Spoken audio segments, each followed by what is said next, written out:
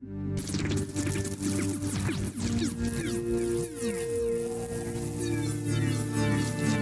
la naturaleza humana de los tiempos violentos. El comportamiento agresivo parece ser una constante en la naturaleza. La agresión en cualquier especie es en realidad un mal definido ordenamiento de diferentes respuestas, con controles separados en el sistema nervioso. En términos sociobiológicos, es posible segmentar la agresión en 7 categorías ideales. Estas son la defensa y conquista de territorio, la afirmación de dominio dentro de grupos bien organizados, la agresión sexual, los actos de hostilidad por medio de los cuales se pone fin a la lactancia, la agresión en contra de las presas, los contraataques defensivos a los predadores y la agresión moralista y disciplinaria para hacer cumplir las reglas de la sociedad. El reto mayor para la teoría evolucionista en relación al problema de la agresión animal no es dar cuenta de la agresividad entre miembros de distintas especies, sino el de enfrentar teóricamente a la agresión que acaece dentro de la misma especie. En un inicio, la lógica indicaba que la evolución operaba a nivel de las especies, es decir, las selecciones del proceso evolutivo operaban a nivel de grupo, beneficiando a la especie en su conjunto. Contrariamente al pensamiento común, lo que evoluciona no es la especie, sino individuos aislados que exhiben nuevas características funcionales, las cuales los posicionan adaptativamente por arriba del resto de los ejemplares no poseedores de dicha característica, permitiéndoles así conseguir mayor éxito para reproducirse y poder entonces propagar su patrimonio genético. En este escenario individualista, siempre existe la posibilidad latente de que la agresividad intraespecie llegue hasta las últimas consecuencias, a saber, la muerte de un ejemplar por medio de un miembro de su misma especie. Comparado con el resto de los animales, y muy a pesar de autores como Erich Fromm, que ven en la naturaleza humana un abrumador instinto de muerte que raya en lo patológico, el animal humano no se encuentra entre las especies más violentas. Estudios sobre hienas, monos y leones muestran que los ejemplares de dichas especies practican combate letal, infanticidio y, peor aún, canibalismo en una proporción mayor a lo que se puede encontrar en las sociedades humanas. El sociobiólogo Edward Wilson afirma que, al hacer un recuento del número de asesinatos cometidos anualmente por millar de individuos, los seres humanos ocupan un lugar bastante bajo en la lista de criaturas violentamente agresivas. No es broma, si las armas nucleares estuvieran en manos de mandriles hamadrías o de numerosas variedades de hormigas que rutinariamente llevan a cabo asesinatos, escaramuzas y batallas formales sin piedad, ten por seguro que este mundo ya no existiría. Sorprendentemente, desde la etología comparada, el ser humano en su totalidad aparece como una especie relativamente tranquila y pacifista. Estudios en antropología muestran que al hacer un análisis comparativo entre sociedades guerreras con sociedades no guerreras, se viene abajo la hipótesis de la agresión por liberación acumulativa propuesta por Freud, puesto que las sociedades guerreras son las que más realizan actividades secundarias de agresión como deportes combativos, hechicería malévola, formas ritualizadas de mutilación corporal, etc.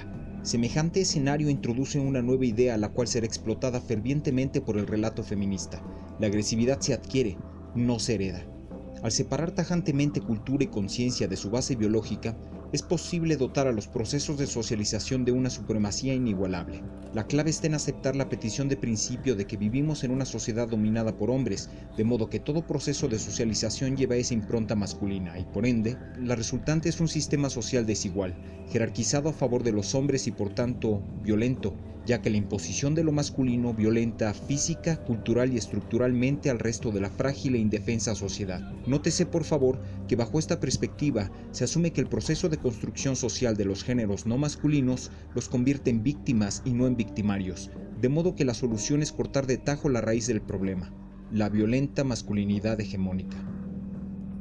Los detractores de los fundamentos innatos de la agresión olvidan que lo innato hace alusión a la probabilidad de que un rasgo sea susceptible de manifestarse en un conjunto específico de ambientes, no a la garantía absoluta de que el acto agresivo sea ejecutado en todos los ambientes. Estudios en ecología han demostrado que la variabilidad en la intensidad y formas de agresividad está ligada a la gestión de los bienes, que en general son escasos. Comida, abrigo, pareja reproductora son algunos ejemplos. A medida que la densidad poblacional agota el espacio físico y los recursos, la oportunidad para que aparezcan conductas agresivas se dispara. Experimentos realizados hacinando gatos y ratones en espacios físicos reducidos demuestran lo anterior. Los gatos se tornan despóticos y atacan violentamente a otros gatos parias. Los ratones desarrollan hipersexualidad, homosexualidad, canibalismo, entre otras conductas anormales. Hay evidencia suficiente para sostener que los humanos nos comportamos de la misma forma en condiciones de hacinamiento. En la siguiente gráfica se representa el conteo de homicidios por área rural y urbana para el año 2018 en México. En la gráfica vemos cómo el factor hacinamiento parece intervenir en el incremento de los homicidios. El discurso FEM, al desatender el resto de las variables implicadas, reduce su explicación al siguiente vulgar silogismo: los hombres son violentos. La sociedad está dominada por hombres.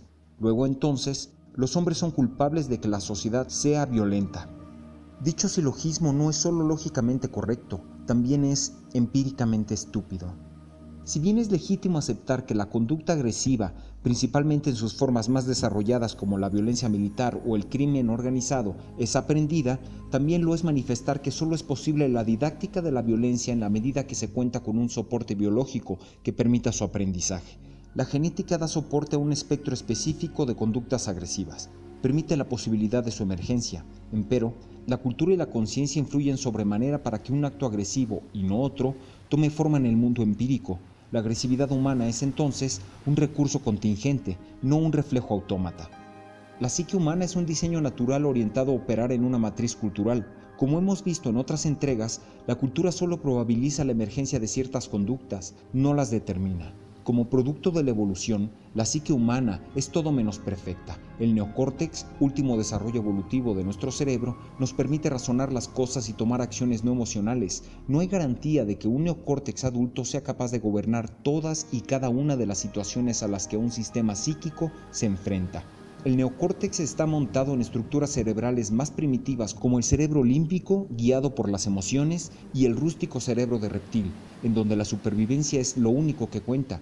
El universo cultural actual, polimorfo y policontextual, es capaz de colocar a nuestra primitiva mente en situaciones donde la posibilidad de que todo rasgo de sensatez desaparezca y todo quede a merced de un básico y primitivo cerebro de reptil, intentando, por defecto, sobrevivir cueste lo que cueste. Ese es el objetivo más elemental. La siguiente gráfica expone la relación de homicidios entre hombres y mujeres en el lapso de tiempo que va de 1990 al año 2018. Las columnas azules representan el total de homicidios acaecidos en el año correspondiente. Las columnas rojas representan homicidios de hombres y las columnas verdes, sí, aquellas que apenas emergen del eje X, corresponden a los homicidios de mujeres. De una cuota anual de homicidios relativamente alta, en el políticamente convulsionado sexenio salinista, a inicios de los 90, transitamos por el prohibicionismo fake de Zedillo y Fox, donde el descenso de homicidios no es la resultante de políticas audaces dignas de un estadista, sino producto de una situación coyuntural, donde se tiene una población aún en vías de ser adicta y una oligarquía de cárteles gestionando sin ningún tipo de obstáculos sus áreas de influencia respectivas y produciendo principalmente para el mercado americano. Todo ello aderezado por la omisión, la complicidad o la evasión del problema por parte de ambos mandatarios. Pero la bestia del narco, incubada en los años 80 y amamantada en este par de sexenios, aparentemente no violentos, se torna multicéfala frente a un Calderón ávido de legitimidad política, dispuesto a militarizar el país para degollarla. El resultado nos es familiar. Apenas rueda una cabeza de la bestia y a esta le brotan 3 más. Un incremento galopante en los homicidios nos desplaza de 9,000 muertes anuales en 2007 a más de 35,000 para el 2018. Los pactos se rompen, los diarios no cesan de escupir sobrenombres exóticos, alias de personajillos, grupos armados, lores locales de la violencia que el imaginario popular enaltece, cristalizando una suerte de danza cultural macabra intergénero, en donde la muerte adquiere una ontología otrora impensable. Tomemos los años más violentos de cada década de las 3 que se muestran en la gráfica. Emerge un patrón muy interesante. No importa cuántas muertes por homicidio tenga cada año en particular, la proporción siempre es tal que por cada 10 homicidios masculinos habrá un homicidio femenino. Dicha proporción emerge incluso en la gráfica que mostré anteriormente, en donde separo los homicidios de 2018 por zonas rurales y urbanas. Sorprendentemente, para ambas zonas se cumple la misma proporción. La danza cultural macabra de la época parece moverse en México al compás de 10-1.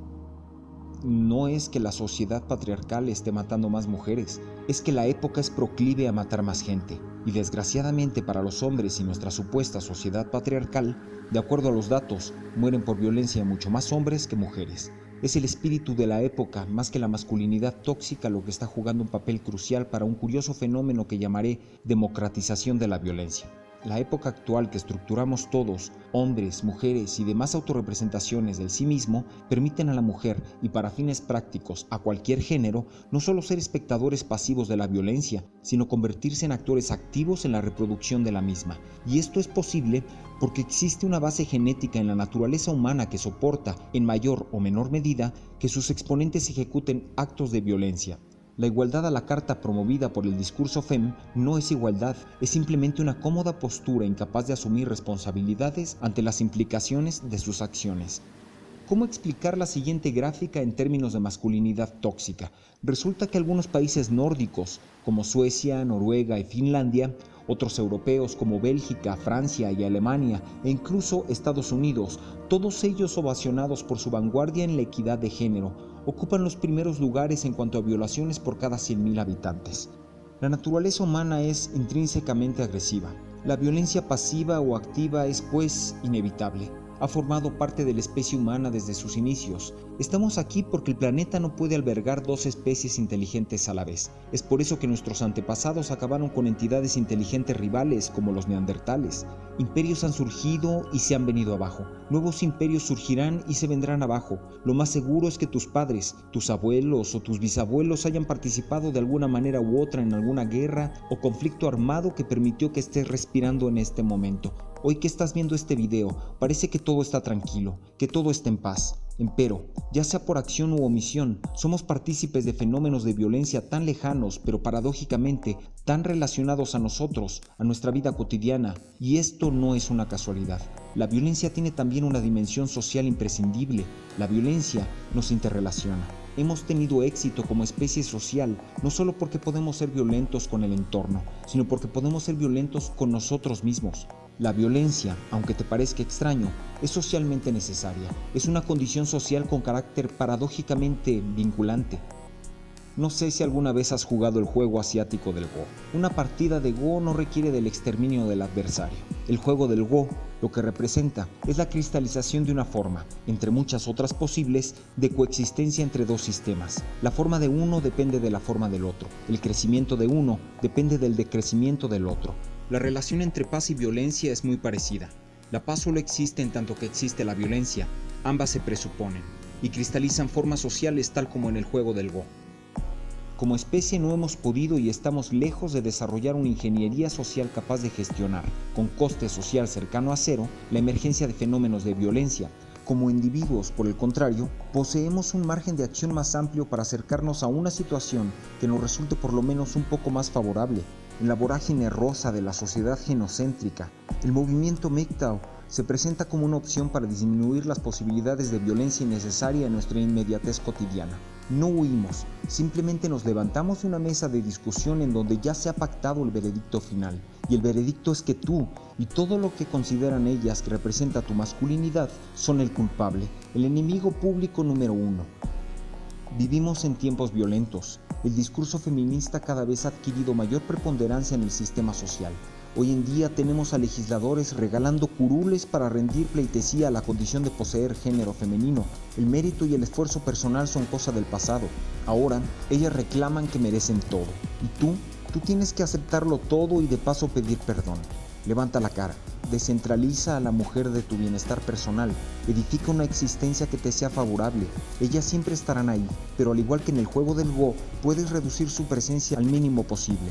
Haz de tu vida una forma armónica, de baja entropía, en donde ella no tenga el papel central. Es solo un acto de conciencia. Es tu decisión. Es tu salvaguarda en estos tiempos violentos. Soy Simio Pensante. Te agradezco el haberme permitido ingresar a tu conciencia. Mi vida es una montaña rusa y me encanta que sea así. Te pido una disculpa si no había actualizado mi canal. He aprendido mucho durante este periodo y no me he casado como comentan por ahí. Estoy de vuelta y vengo recargado. Ayúdame a propagar mi mensaje suscribiéndote, compartiendo o con un valioso like. Hasta pronto, internauta de la Hombriosfera. Espera por más.